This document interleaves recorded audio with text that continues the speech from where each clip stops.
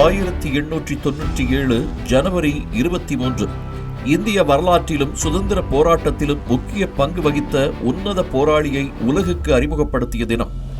ஒடிஷா மாநிலத்தில் ஜானகிநாத் போஸுக்கும் பிரபாவதி தேவிக்கும் 9வது மகனாக பிறந்தவர்தான் இந்த நேதாஜி சுபாஷ் சந்திர போஸ்.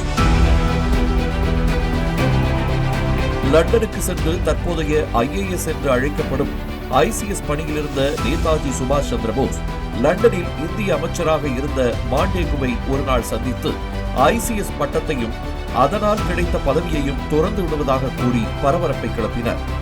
ராஜினாமாவை ஏற்க மறுத்த அமைச்சர் மாண்டேகு பலமுறை வேண்டுகோள் விடுத்தும் தன்னுடைய முடிவில் இந்தியளவு கூட மாற்றமில்லை என்பதை சுபாஷ் சந்திர போஸ் திட்டவட்டமாக தெரிவித்துவிட்டார். சுபாஷ் லண்டனில் இருந்தாலும் அவரின் எண்ணம் அனைத்தும் இந்தியாவிலேயே இருந்தது. லண்டனில் ஆங்கிலேயர்கள் சுதந்திரமாக வாழ்வதும் இந்தியாவில் மக்கள் அடிமைப்படுத்தி வைக்கப்பட்டிருப்பதும் நேதாஜியின் மனதை உலுக்கிக் கொண்டே இருந்தது.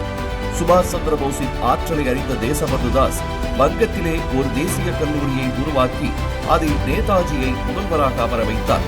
25 வயது இளைஞர் கல்லூரி தலைவர் பொறுப்பை ஏற்று அதனை வழிநடத்த முடியுமா என்ற கேள்விகளுக்கு பின்னாளில் நேதாஜியின் சிறப்பான செயல்பாடுகளே பதிலாக அமைந்தது.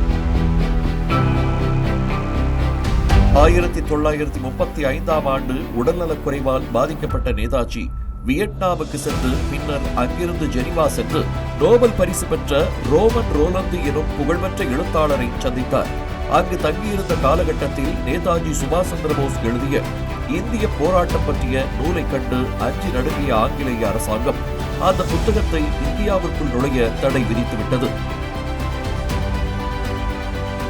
உயர்ந்த லட்சியத்தோடு கொள்கை உறுதியோடும் விளங்கிய சுபாஷ் சந்திர போஸ் வங்கத்தின் தலைவர் CR தாஸ் வழிகாட்டுதலோடு காங்கிரஸ் கட்சியில் இணைந்து இந்திய சுதந்திர போராட்டத்திலும் பங்கேற்றார். 1938ஆம் ஆண்டு இந்திய தேசிய காங்கிரஸ் கட்சியின் தலைவராக தேர்ந்தெடுக்கப்பட்டு தீவிரமாக செயல்பட்டு வந்த நேதாஜியை அரசுக்கு எதிராக மக்களை ஒன்று திரட்டுகிறார் என கூறி ஆங்கிலேய அரசு கைது செய்து சிறையில் அடைத்தது. 2ஆம் உலகப் போர் நடந்து கொண்டிருந்த காலகட்டத்தில் சிறையிலிருந்து தப்பித்த நேதாஜி சுதந்திர இந்தியா மையம் என்ற அமைப்பையும் தொடங்கினார். இந்தியா விடுதலை பெறுவதற்கு அண்ணல் காந்தியடிகள் கடைபிடித்து வரும் அன்பு நெறிகள் மட்டும் போதாது எனும் கருத்து சுபாஷ் சந்திர போஸுக்கு நீண்ட காலமாகவே இருந்தது. தன்னுடைய தீவிரமான கருத்தை ஒளிவு மறைவின்றி காந்தியடிகளிடமே தெரிவிக்கவும் செய்தார். இருந்தாலும் இந்திய விடுதலை போருக்கு காந்தியடிகளின் தலைமைதான் வேண்டும் என்பதில் அவர் அசைக்க முடியாத நம்பிக்கையையும் கொண்டிருந்தார். இதற்கு இடைப்பட்ட காலத்தில்தான் இந்தியாவை ஆங்கிலேயர்களின் பிடியிலிருந்து மீட்பதற்காக வெளிநாடுகளுக்கு சென்று அங்குள்ளவர்களின் உதவியை நாடினார். நமது நாட்டின் விடுதலையை நாமே போர் புரிந்து கைப்பற்றியாக வேண்டும் என்பதாலே தாம் நாட்டை விட்டு வெளியேறி பிற நாட்டினரின் உதவியோடு இந்திய விடுதலை போரில் இறங்குவதாகவும் அதற்கு உங்கள் ஆசீர்வாதம் வேண்டும் என 1944ஆம் ஆண்டு ஜூலை 6ஆம் தேதி சிங்கப்பூர் வானொலியின் மூலம் காந்தியடிகளுக்கு சுபாஷ் சந்திர போஸ் விடுத்த செய்தி நாடு முழுவதும் பெரும் அதிர்வலைகளை ஏற்படுத்தியது. தாய் நாட்டை விட்டு தனிமனிதனாக வெளியேறி அயல் நாட்டில் இந்திய தேசிய ராணுவத்தை அமைத்து பிரிட்டிஷ் ஏகாதிபத்தியத்திற்கு எதிராக ஆயுதமேந்தி போராடிய நேதாஜி 1944ஆம் ஆண்டு பிரிட்டிஷ் படைகளுக்கு எதிராக பெரும் போர் ஒன்றையும் நிகழ்த்தி காட்டினார்.